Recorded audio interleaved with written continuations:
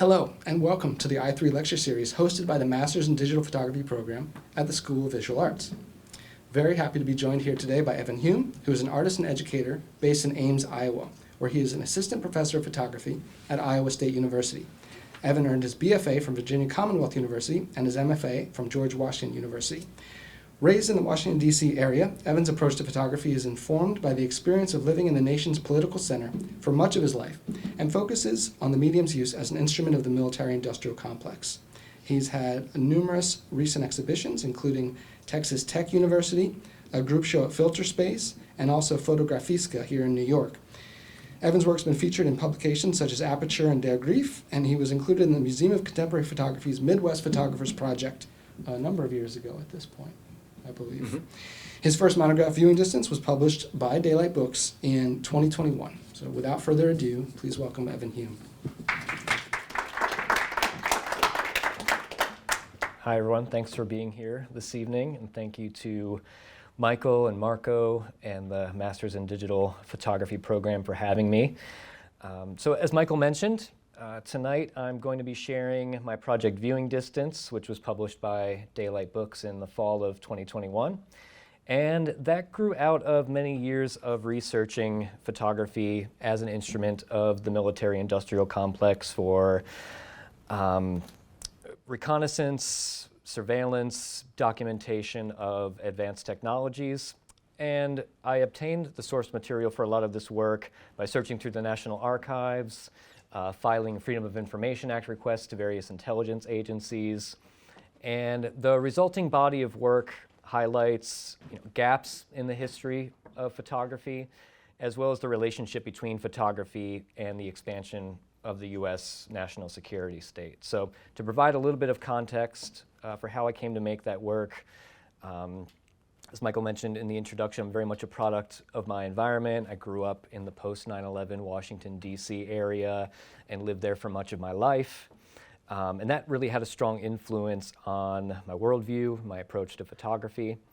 And I first began researching images from the National Archives and thinking about filing Freedom of Information Act requests, or FOIA requests, as I'll refer to them, to obtain declassified photographs as a grad student at George Washington University in DC. So the FOIA process, as well as searching through publicly accessible government archives, became a really defining element of my practice. So I want to begin with an image that served as a breakthrough for me in grad school. And this is from a roll of microfilm I requested from the National Archives of photographs from the U.S. Air Force's Project Blue Book, which was the government's investigation of UFOs from the late 1940s through the late 1960s. And what struck me immediately when I received this roll of microfilm was the abstract quality of the photographs. They were unintelligible, either because the subject matter was indeterminate and or the photograph had been transformed by repeated photocopying and transfer to microfilm, which is very high contrast. So when I saw this, I thought of abstract expressionist works like this piece by Barnett Newman, rather than the photographs being anything that conformed to a conventional epistemic expectation of photography, right? That a photograph is supposed to tell us something or give us knowledge about something specific.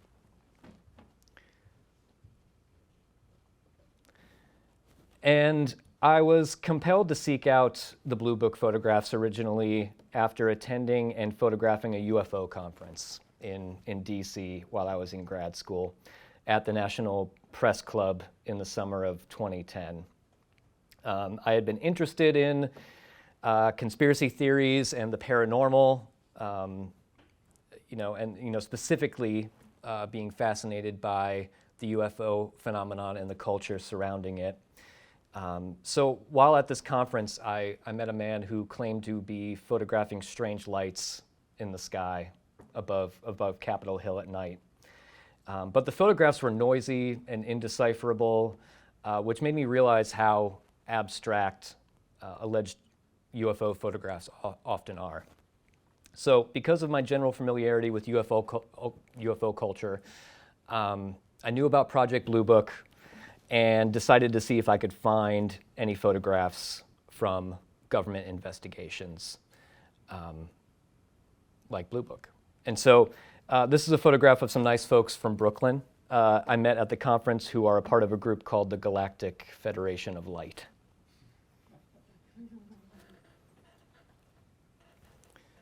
So as I mentioned, years of repeated photocopying and transfer to high contrast microfilm had rendered the Blue Book photographs illegible, no longer able to function as evidence.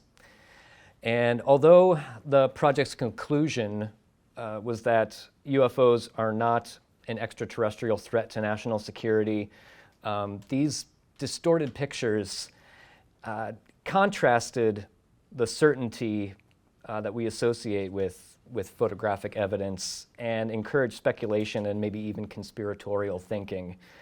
And I continued to find aesthetic similarities to modernist abstraction. So I was thinking of Adolf Gottlieb with this one, a sort of Jackson Pollock-like all-over composition,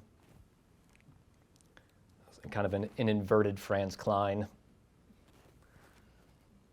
And while I was thinking about these photographs as abstractions, I was reading Lyle Rexer and his book, The Edge of Vision, which had a huge impact on me. And this quote in particular: "Our tendency is to make something of the photograph, to try and say immediately what it means, how it works, and how it was made. Undisclosed images are more disjunctive than that and often frustrate such impulses." So Rexer's concept of the undisclosed image was really helpful for me in understanding and articulating the ways that these photographs were resisting conventional, expectations of what a photograph should look like or what it should do.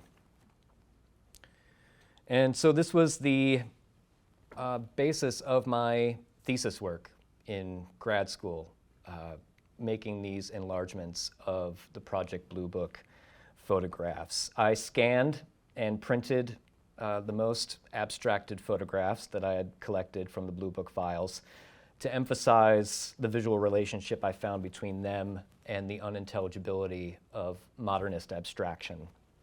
And this was really the beginning of what would define my practice moving forward, researching and appropriating images from government archives that had been rendered indeterminate through reproduction and then transformed by circulation and shifting contexts. So just another example to get a sense of the scale. And you can see that there's a smaller framed piece there, and I paired the enlarged photographs with documents like this. The accompanying text in the Blue Book files provided very little context other than, maybe where a photograph was taken, what day and year, maybe a little bit about, who took it, but they never really tell you what exactly you're supposed to be looking at in the photograph. So I was able, though, to find these CIA documents, which were meant to accompany UFO sightings. So here we have the CIA trying to give some advice and, give you a better chance at maybe properly capturing a UFO on film.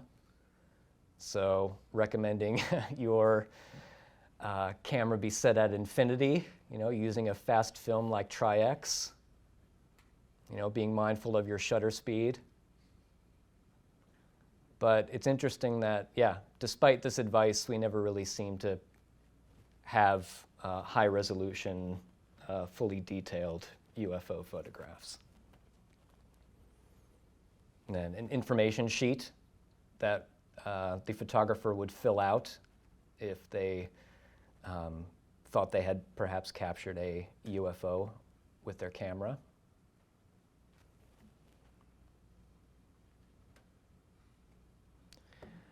So moving forward from that body of work, this is the first Freedom of Information Act request I filed while in grad school. It was something I did while developing my thesis work with the Project Blue Book photographs. And looking at those Blue Book photographs and thinking about their abstract quality reminded me of an article that I had read by journalist Frances Stoner Saunders about the CIA's covert funding of exhibitions featuring American abstract expressionist artists during the Cold War as a way to kind of combat socialist realism and frame the US as a kind of champion of free expression and individualism. So I decided to file a FOIA request with the CIA asking for photographs and documents pertaining to modern art, as well as the contents of the CIA's art collection, because they do have an art collection. At the time, the CIA was only accepting FOIA requests by fax, so I sent them a fax, and 2 months after that, I received this letter in the mail letting me know that I had permission to receive the information I requested, but that they could not give me a definitive answer as to when I might receive that information. But you can see that they gave me a phone number I could call to get an update. So I would do that every so often. Nobody ever answers. You have to leave a message. And then they call you back, usually maybe the next day, from a restricted number. And so we went back and forth like this for a while with not really making any progress. And this would end up being a really, really lengthy process. So I'm going to come back to this. So putting that aside, after grad school, I expanded my research a bit to obtain UFO-related documents from the National Security Agency. There are pages and pages of completely redacted documents pertaining to UFOs from the NSA, and they appear to have been photocopied so many times that the redacted fields break down into this sort of static-like pattern. So I began making these large prints, as with my previous work from the Blue Book files, of these large static fields from the NSA documents. Just a little example there for scale. And so I just began integrating them into that previous body of work because there was that connecting thread of these abstracted UFO files that concealed more than they revealed. And I was also finding FBI files pertaining to UFOs, again, mostly from that same time period of the Blue Book files, the 50s and 60s.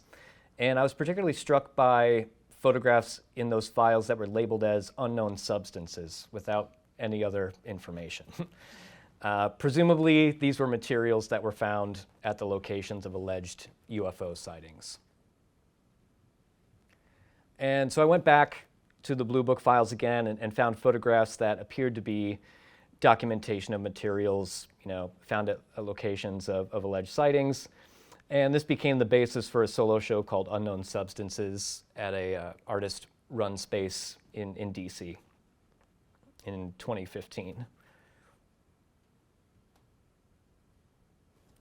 And I collaborated with the folks at Furthermore to make a zine called Aesthetics of Bureaucracy to accompany the show that created parallels and contrasts between the various archival materials I had collected up until that point.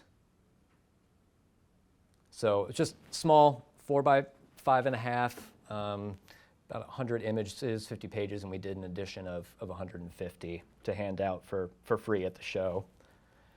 And there's an example of the layout. So again, working within the zine format, it was the first time for me kind of working in the book form. And it provided a new way for me to interact with the images and think about visual relationships and sequencing.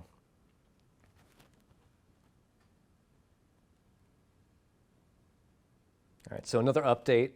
A few months after that show, I got an email from the CIA, so they had moved from fax to physical mail to email.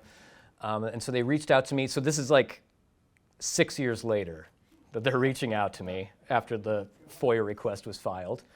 And they were just checking in to see if I still wanted what I had requested. So I responded and said yes, I would still like the documents.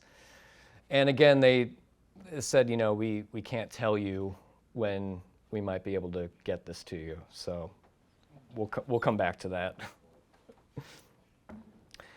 But as I was working on the unknown substances body of work that was expanding on the UFO photographs, I was also collecting images from the FBI's National Stolen Art File.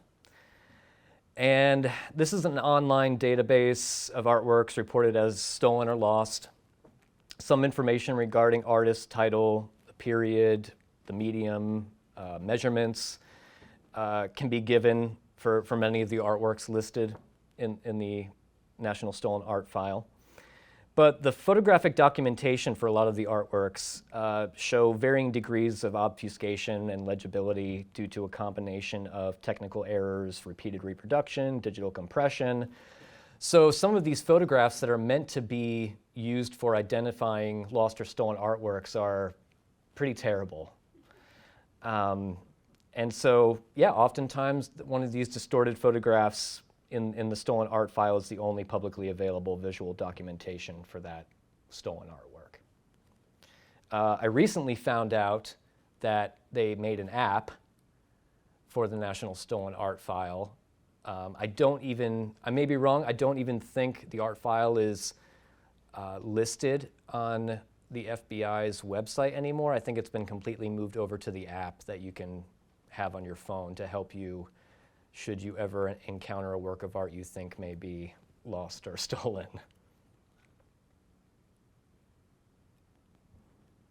So here are a few more examples.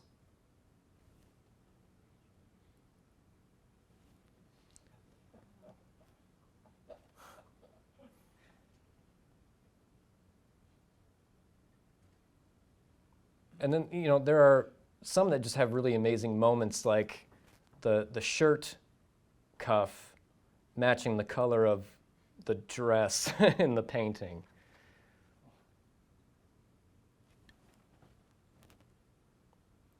Or a flash completely obscuring the content of the painting. So, and not even having a title, it's just unknown painting. So I selected images that seem to have undergone the most significant transformations from their original state, and that also had the original dimensions of the artwork listed in the file. And I printed these images at the size of the original artworks, which distorted them even further. They became even more pixelated. And that sort of transformed them into these pixelated placeholders for works that may never be recovered. As well as giving physical form to this accelerating digital mediation and circulation and consumption of art. So this is from a installation I did in 2017 at a small artist-run space in Richmond, Virginia, where I was living at the time, called Valet, because it was in the former office of a parking valet. And another example of that work, again from showing this series during my time as a lecturer at Notre Dame.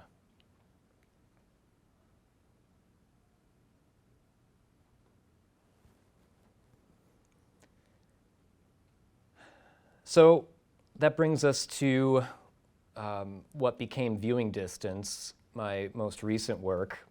And after working on the Altered States series, I decided to go back and sift through all the images and documents I had encountered and collected during my UFO photography research that dealt with the development of photographic technologies during the Cold War. And it occurred to me that although there was plenty of accessible information about this aspect of photography's history, much of it remains secret and overlooked or underexplored. And having learned the history of photography mostly from a fine art perspective, this was a part of the story of photography that was missing for me. So over the last several years, there's been a really robust discourse about the role of photographic imaging in surveillance and war, and I wanted to dig into the historical precedents of that. So as with my previous research, many of the documents I obtained were significantly or entirely redacted, and it was common for photographs to have lost detail from repeated photocopying during their time in the archive. And this collage here of a U-2 pilot was made using a photograph from a document created by the Center for the Study of Intelligence, which is part of the CIA. That was really important early on in my research for this project. And that document was called the CIA and Overhead Reconnaissance. And when I thought about representing photographs for this body of work, what would eventually become Viewing Distance, I wanted to call attention to the physical and digital states that these archival images now exist in, as well as the ways that they had been altered through the simple act of reproduction. I printed the photos and then would shift them slightly while scanning, and then would rephotograph them. So that's sort of how I approached the first few images I made for this series, and this one in particular. I would shift the printed image while it was being scanned, and then began thinking about how these images could be viewed, as a photograph, right, as a material object. And so I would think about ways I could show the image stacked on top of other documents and things like that. So building off of this approach, I began exploring various ways of animating the archival material I had collected in order to highlight this tension I was finding between informational and enigmatic source images. So this is that document I had mentioned that was really important early on in my research, the Central Intelligence Agency and Overhead Reconnaissance, focusing on the U-2 and Oxcart programs, which I'll get into, roughly from the mid-1950s to the mid-1970s. So I see the early Cold War period as an origin point of many of the contemporary issues surrounding the use of photography for surveillance and intelligence gathering. And so my objective in making this work became piecing together a fragmented history through declassified photographs that embodied that tension of the informational and the enigmatic. So I obtained files mostly from the Air Force, the CIA, the National Reconnaissance Office, and the National Archives. And the early Cold War was also a pivotal moment for photography's technical and operational development, of course, in the context of geopolitical conflict. And so, that first major step in sort of a leap forward in photographic technology is the creation of the high-altitude U-2 spy plane for clandestine photo reconnaissance over the Soviet Union. And so I learned a lot about that from this document, and I curiously found two versions of this declassified document, which was created in 1992, and details, all these photo reconnaissance aircraft being developed from the, years immediately following the Second World War into the early years of the Cold War through the 60s and 70s. So one version of the document was released in 2013 and another in 2017. So the 2013 version is on the left, the 2017 version on the right. The 2013 version has many redactions, while the 2017 version has fewer redactions, but is missing the entire final chapter and appendices. But as I said, this document was still extremely helpful in my research and beginning to assemble a narrative of how and why photography made a significant technical and operational shift in the mid-20th century. Another example of the differences between the 2013 and 2017 versions. So on the left, of course, completely redacted. On the right is the location of Area 51. So many of you may be familiar with Area 51 because of its role in UFO lore and conspiracy theories. But it was actually established as a base for testing high-altitude photo reconnaissance aircraft like the U-2. So Area 51's existence is now officially acknowledged, right, which explains why it was included in the 2017 version of that document. And its location at Groom Lake in Nevada is well known, but the operations there remain top secret.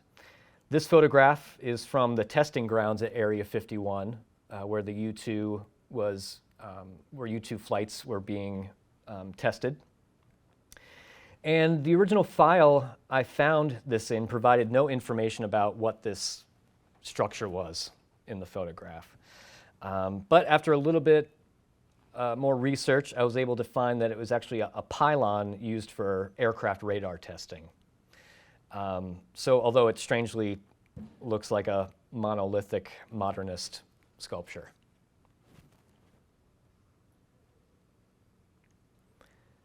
So having emerged from the Second World War as the global superpower, the U.S. soon began pursuing a policy of containment against the Soviet Union, despite the U.S. and the USSR having been allies in the Second World War. And in 1947, the National Security Act created the National Security Council, Joint Chiefs of Staff, Central Intelligence Agency, and the Department of Defense, which was renamed from the Department of War. And a rapidly growing national security state would lead to an expanded use of photography in reconnaissance and surveillance to advance the U.S.'s Cold War objectives for achieving and maintaining extra-regional hegemony. This collage is made up of photographs of the U-2 spy plane that I created using files from the Air Force, the CIA, and National Archives. And it was an early experiment I did with a process where I insert one image into the red channel, one into the green channel, and one into the blue channel in Photoshop. So I for a few instances, kept finding myself, finding groups of 3 images that sort of related together, and so I began working with that way of combining 3 images into one. Another example here, using that process, combining 3 photographs of satellite camera lenses.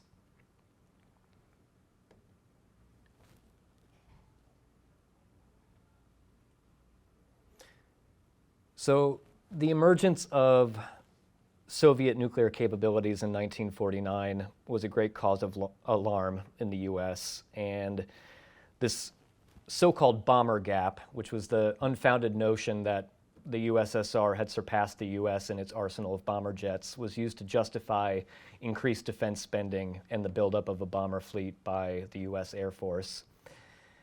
By the early 1950s, President Eisenhower and his national security officials believed that innovations in aerial photo reconnaissance were necessary to assess Soviet weapons capabilities.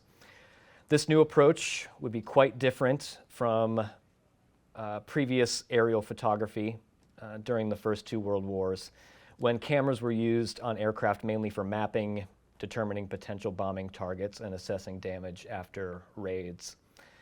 This image was created using photographs I gathered from the National Archives of U.S. Nuclear weapons tests, because the development of nuclear weapons is definitely part of this larger narrative of how and why photography made such a dramatic technological and operational leap forward at this time.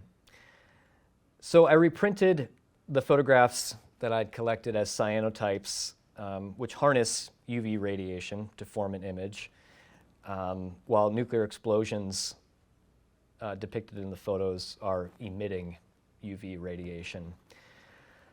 I assembled these cyanotypes, rephotographed them, and digitally inserted tape on top to reference the haphazard application of tape on top of photographs that I often encountered in the archival material I work with. So sort of like, the FBI files, which were an example of this, of the stolen artworks. A lot of archival images that I encounter are treated in a very unarchival way. They're not treated with great care.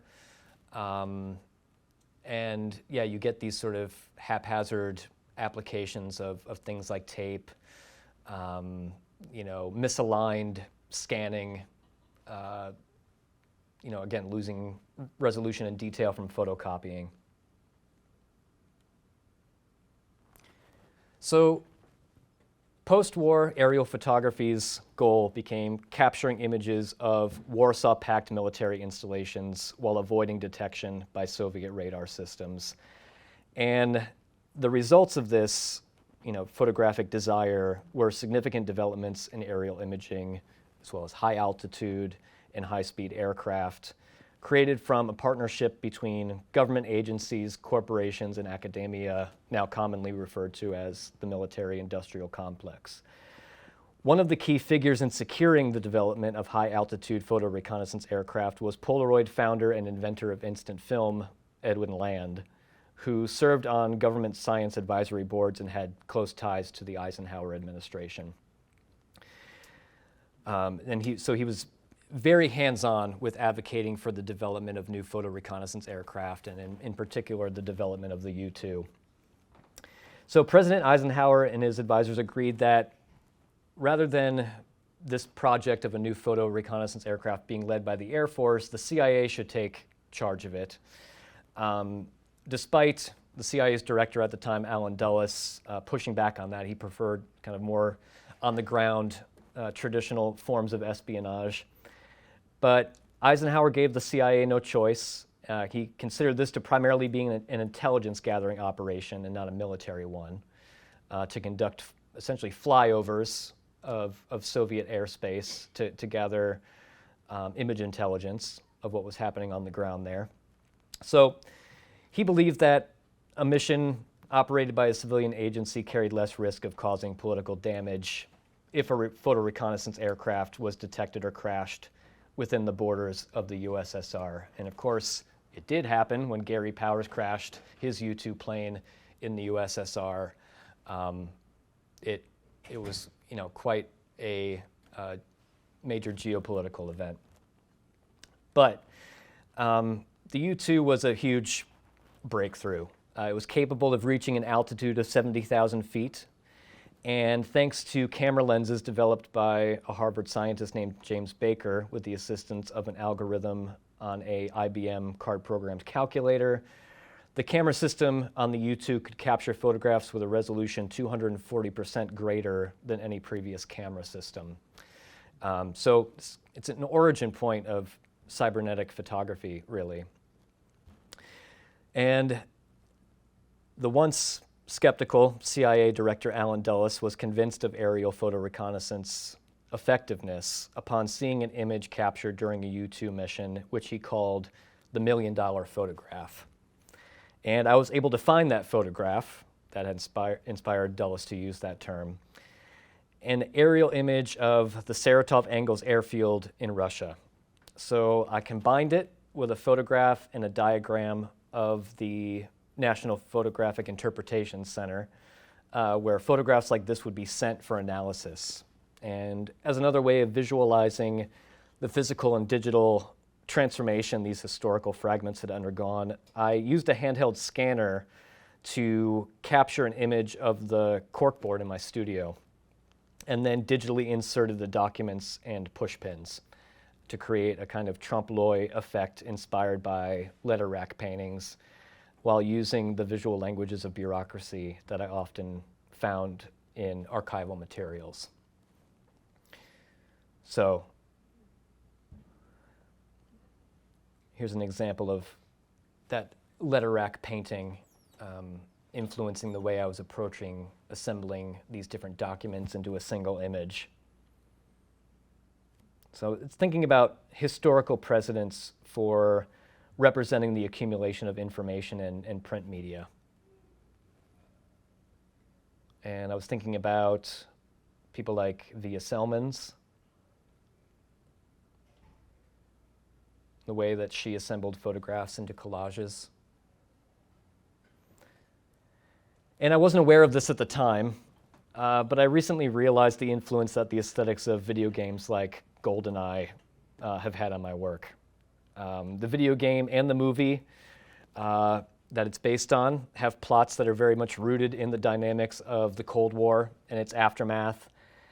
And the game came out when I was 10, and I played it for countless hours, so it definitely left an impression on me. So I was recently replaying the remastered version of it and was noticing things like this that looked a lot like how I ended up collaging my documents together.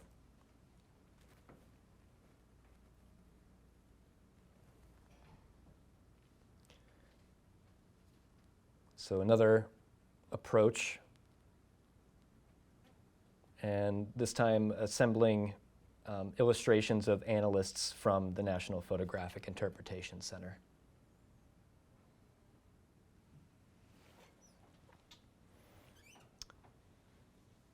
And again, here I was combining photographs together in a way that felt both physical and digital to represent these documents simultaneously existing in different forms. This is one of the first pieces I made for viewing distance, and I was using scanner manipulation to call attention to reproduction and represent circulation and transformation through a sense of movement. There's also layering and density to show accumulation of information. This one on the right is from a FBI file from the early 2000s where Russian foreign agents in the US were being surveilled by the FBI, but they redacted the photographs but photocopied the backs of the photographs and declassified those.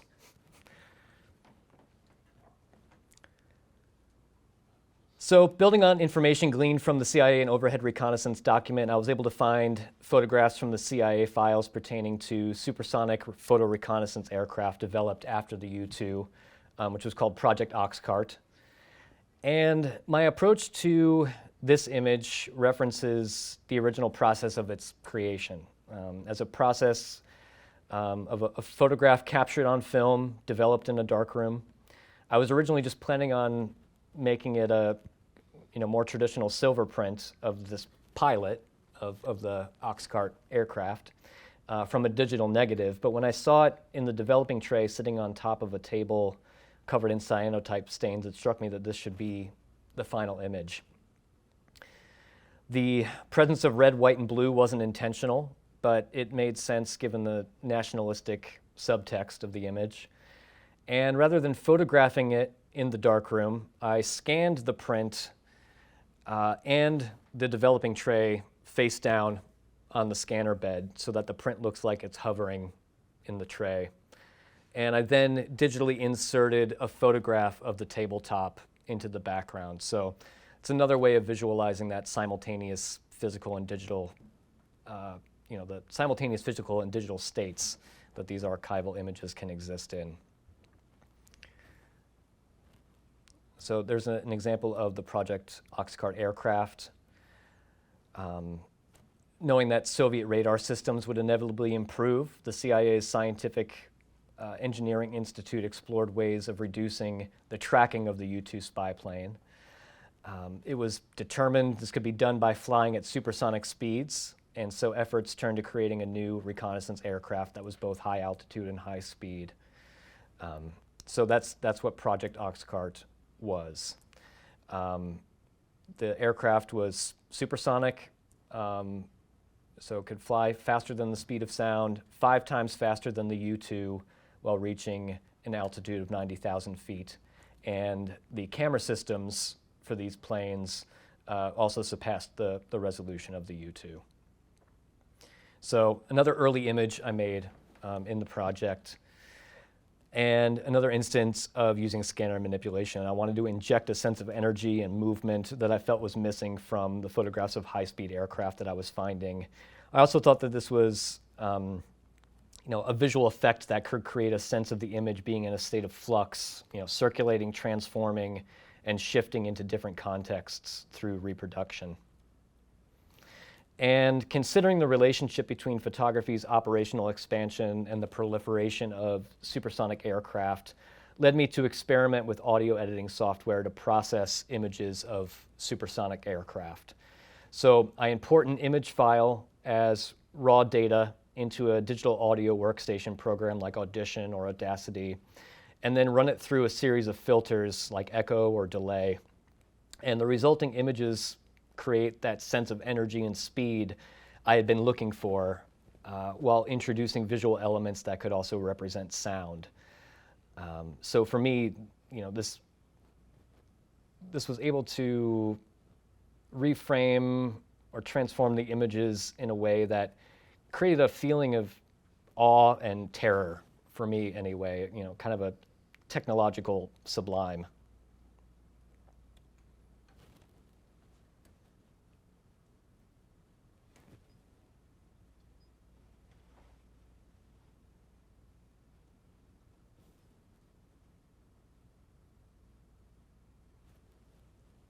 So if I apply an echo effect to the image file, you can see that it will repeat part of the image, creating a visual analog to an auditory echo.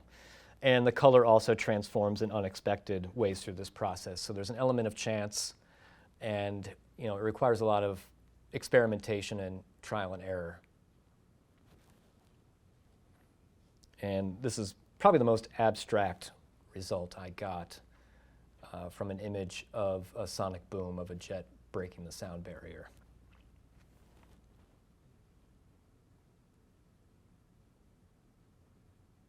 So the Project Oxcart aircraft, the A-12 and the SR-71, were the most advanced aircraft that had ever been built and were ready for operation by 1965.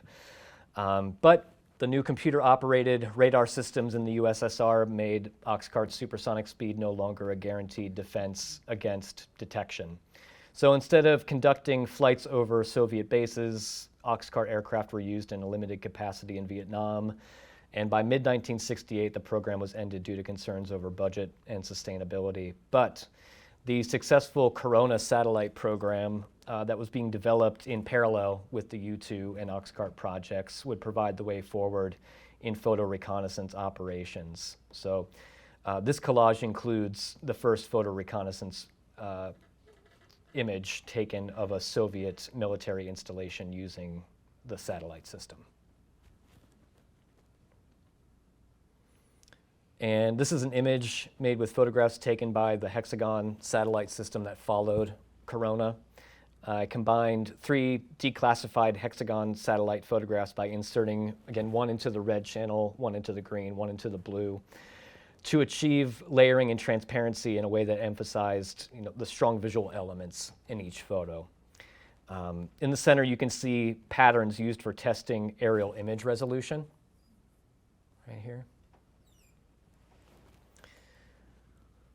And the checkerboard pattern background is a transparency layer in Photoshop that most of you probably recognize. So this is one of a few ways that I reference image making and editing in my work, such as the darkroom developing tray, scanner marks. And my hope is that these cues encourage viewers to look more closely and critically at the images and perhaps consider the fragility and malleability of both photographic images and historical narratives.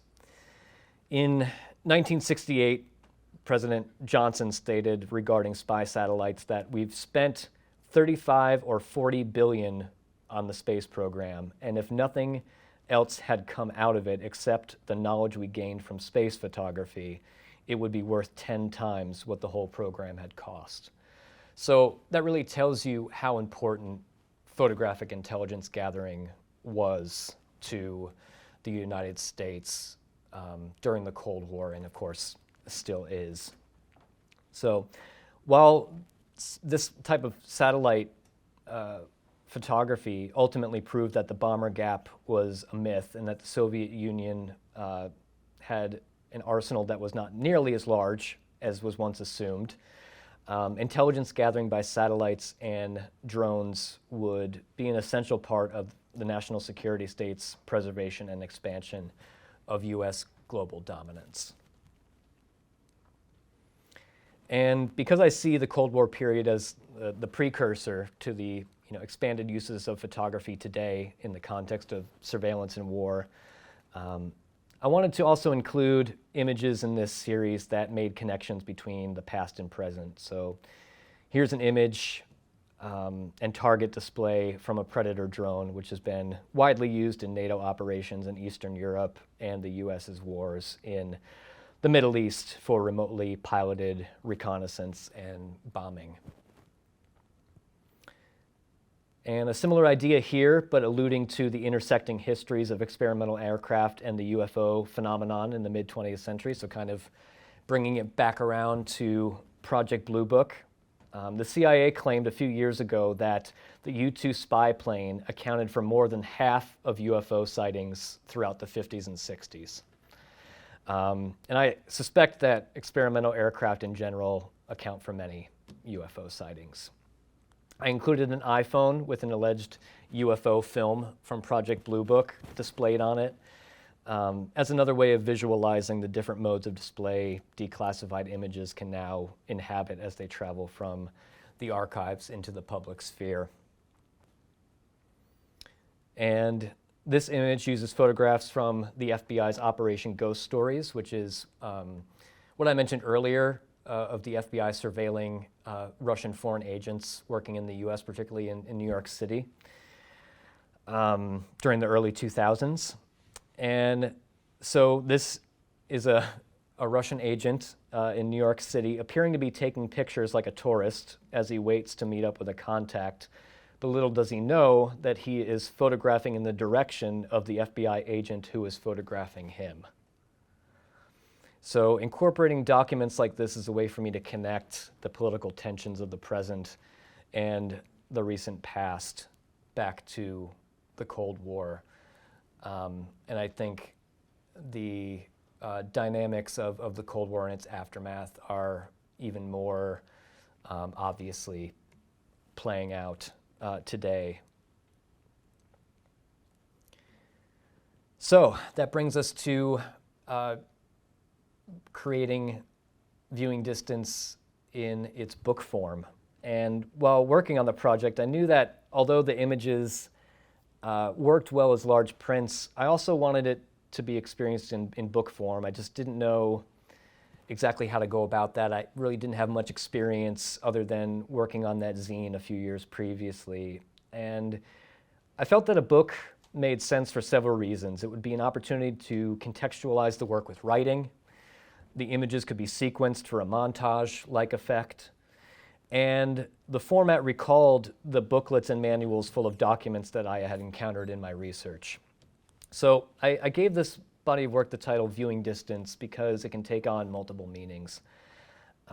It refers to the optimum space between viewer and image based on the image's resolution, but also the distance between subject and camera, as well as the spatial and temporal distance from history and the images that inform or complicate our picture of it.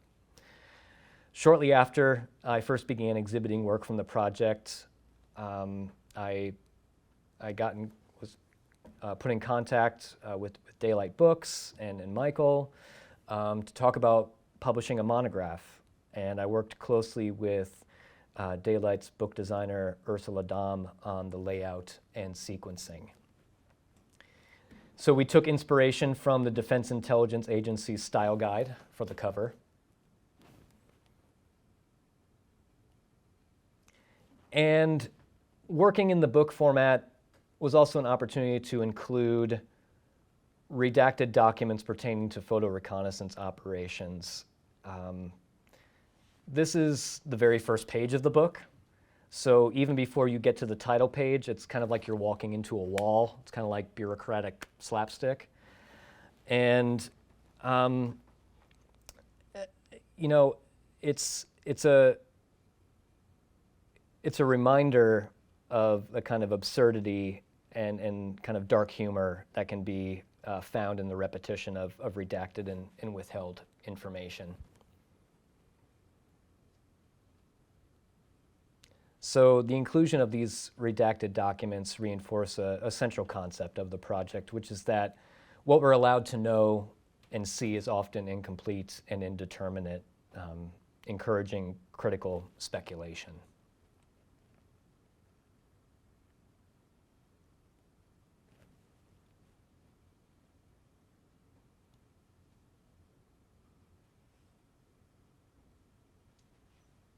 And this one's one of my favorites because I think it sums up things in a really effective way. So as you can see, most of it's redacted, but the unredacted part reads, blank, the benefit of high-resolution imagery. While we can solve many intelligence problems using medium-resolution imagery, we simply cannot resolve others without the benefit of high-resolution collection.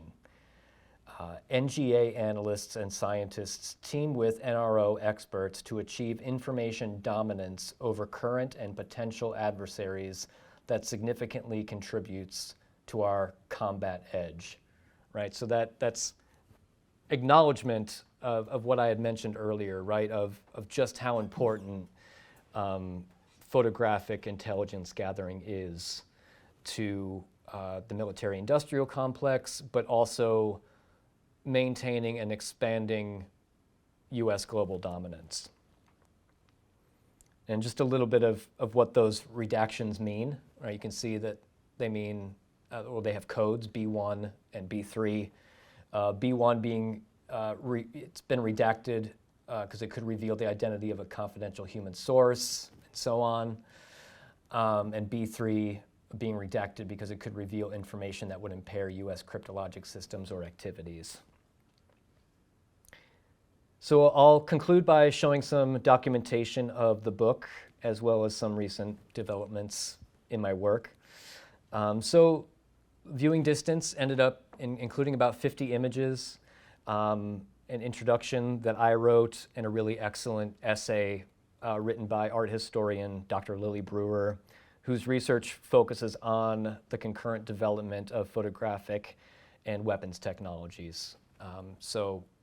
I was lucky to have come across her work, and she was a great complement to the project.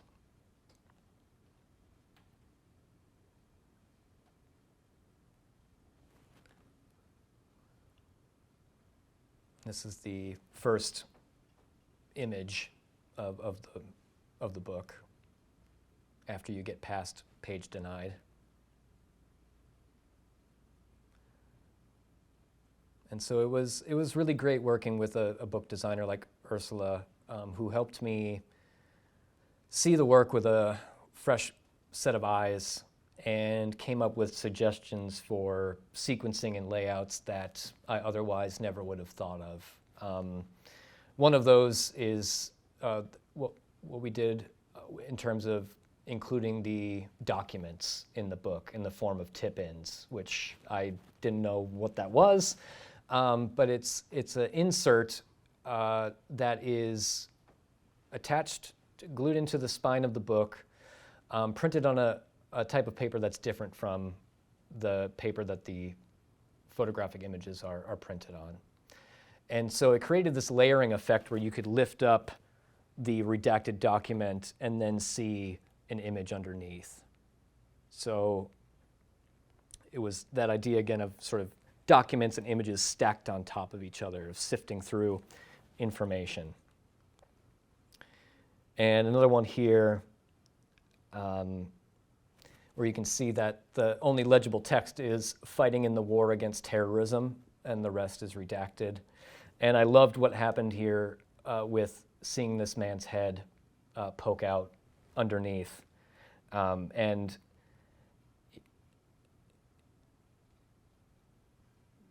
that's the image behind it. And so underneath this 21st century document about the US's recent wars is a collage consisting of two photographs of Harry Truman viewing an air show and a photograph of a U-2 spy plane. So the U-2's kind of ghostly outline is here. And then there's Harry with his binoculars. So Truman, being the president at the end of the Second World War and the years immediately following, was influential in setting the U.S.'s aggressive Cold War policy and posture.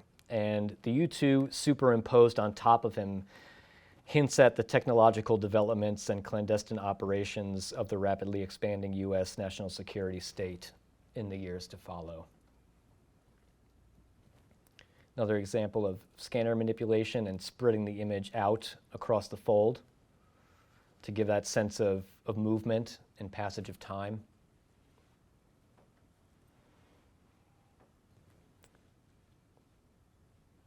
Just a couple of more examples.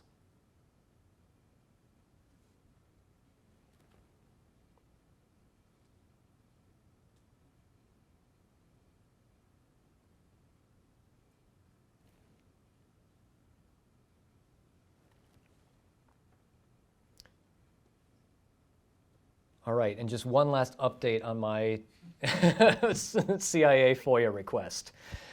So if you remember, I filed the request in December of 2010, and in January of 2021, I got my documents. So just a little over 10 years of waiting to get my FOIA request completed.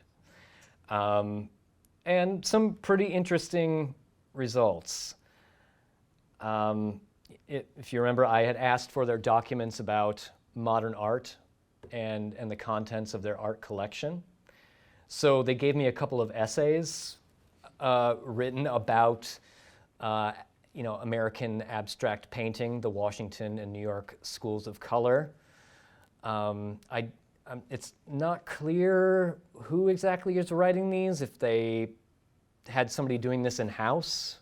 But you can see these really interesting markups on the essays where it says, the Washington Color School was art with an agenda, and then the note is, what is the agenda? And in terms of contents of their art collection, they do have a lot of American abstract painting. A lot of the Washington Color School artists, abstract expressionists, and a lot of that comes from the collection of Vincent Melzack, who was briefly the CEO of the Corcoran Gallery of Art in DC, which has now been absorbed by my alma mater and partially the National Gallery. He had very close ties to the CIA, so he donated a lot of works to them, and they brought them into their collection. And he was a very wealthy businessman who I think he owned a chain of beauty salons. So this is the documentation they sent me of the paintings in their collection.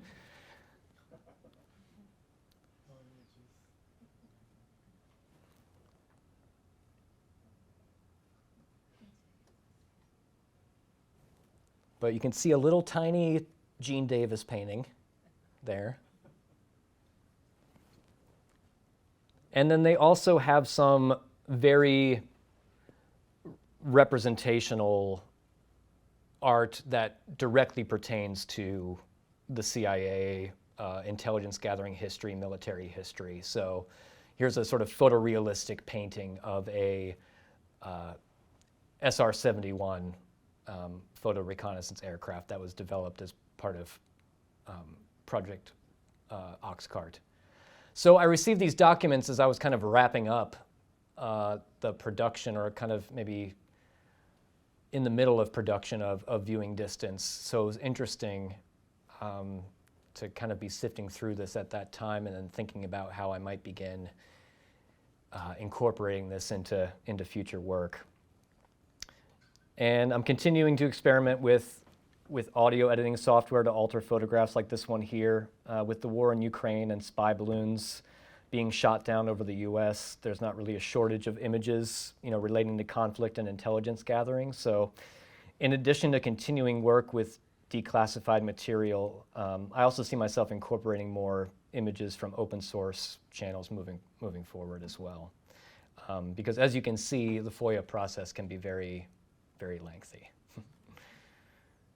So this is from an instance just a few months ago of a US MQ-9 Reaper colliding with a Russian Su-27 over the Black Sea. So again, the sort of callbacks to Cold War dynamics playing themselves out again.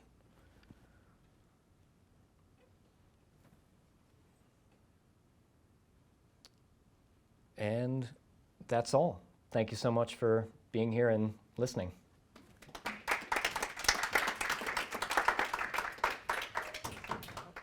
I'm sure we have a lot of questions before we open it up. I would love for you to reflect briefly on just the role of research in a project like this, and also your methodology being primarily related to appropriating material, sometimes rephotographing it, playing with it, but often just kind of selectively reproducing it in context. So can you just sort of reflect on that for us? We're a bunch of savvy image makers, but may not be as familiar with this type of methodology.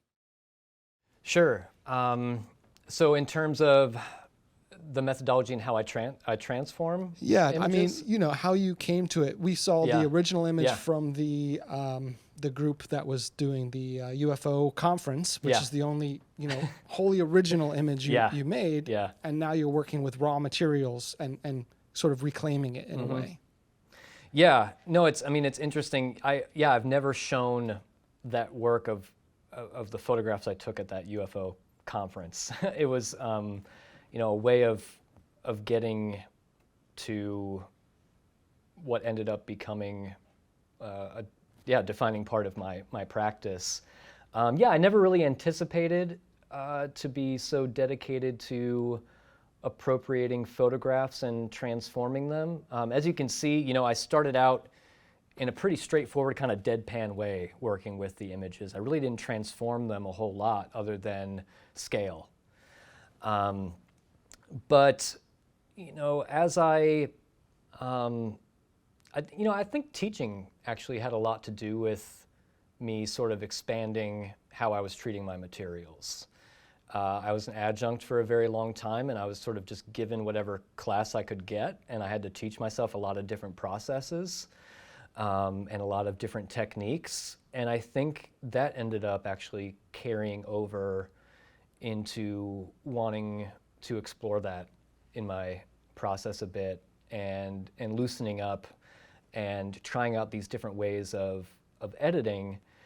But you know, going back to those early viewing distance images of the scanner manipulation, I think the driving force for the way I was treating the images was showing the images in a state of transition and movement, like they were moving from one context to another. And the context is going to inform how you read them, or how you can't read them. Absolutely, thanks. Anybody else in the audience? I'm sure we have lots of questions. Hi, thanks. Your research was pretty apparent, but I just had a personal question. Did you have a mentor for this project, or did you just do it all on your own? For the viewing distance project? Yeah. I was pretty much on my own. I kind of had to teach myself this type of research. You know, having an MFA and coming out of studio art, you definitely learn research and you have experience with that. But as I was working on this, I really realized, you know, oh, this is why people work on their PhDs for 7 or 10 years or something like that, because there's so much methodology that you have to learn to locate primary source material, knowing where to go next when that leads you to a certain question and you need to find an author who's maybe addressed that topic that you're wondering about based on some photograph you found. So sort of like when I was answering Michael's question about the different processes I was incorporating, yeah, it was one of those things that I, to some extent, had to teach myself a bit. But I always think about Walter Benjamin's idea of salvaging the debris of history and putting the pieces back together to form a narrative. So I guess that's how I viewed what I was doing, not so much something as formal as somebody working on a dissertation or something like that. Marco in the back. Hi, thank you, Evan. This was really fascinating. It's not actually a question about your work, but a little bit about the archives that you're getting things from. What I found really baffling is how degraded these images are. And I always kind of assume that when you request something from an archive, they go back to the original, or at least to like a redacted version of the original. So it seems like something had to be copied way too many times to get to the state that it's in. Do you have any explanation of why or how it got to that? It still remains a mystery to me. That's a really great question. I have found that more publicly accessible material that you can get from the National Archives, for the most part, is fairly high resolution in good quality. There are strange things here and there, like I mentioned about things being taped or misaligned in the scanning process or reproduction process. But you will see it in documents that you get from intelligence agencies or other government organizations where it will say best copy available, like they're apologizing or they know how bad the copy is that they're giving you because it can be just semi-legible or unintelligible. So yeah, I have yet to really find a clear answer other than verging on tinfoil hat of, this is a great way to hide information if they just give you the worst copy of it, right? It's like a soft redaction or something like that to withhold information. Any other questions from the audience tonight? Any of the students? This gentleman here. Oh. Hi. Hi. I was just curious. You mentioned that you're teaching or you have taught. Yep. What do you teach? Right now, I'm just finished up my first year as an assistant professor at Iowa State, and so I am mostly the photography program. So I handle the foundational stuff like black and white, darkroom classes, and then I also teach, sort of intermediate and advanced classes that are a little more conceptual and are a mix of digital and analog. But moving forward, I'll have more of an opportunity to sort of develop my own courses and would like to do something archival and research related. So you're teaching regular photography? Mm-hmm. Okay. Not.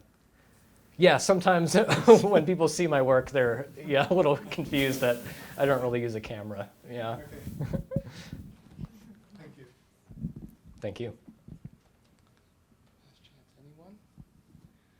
Okay, Evan, thank you so much. This has been really great. Thank you all. Thank you. Appreciate it.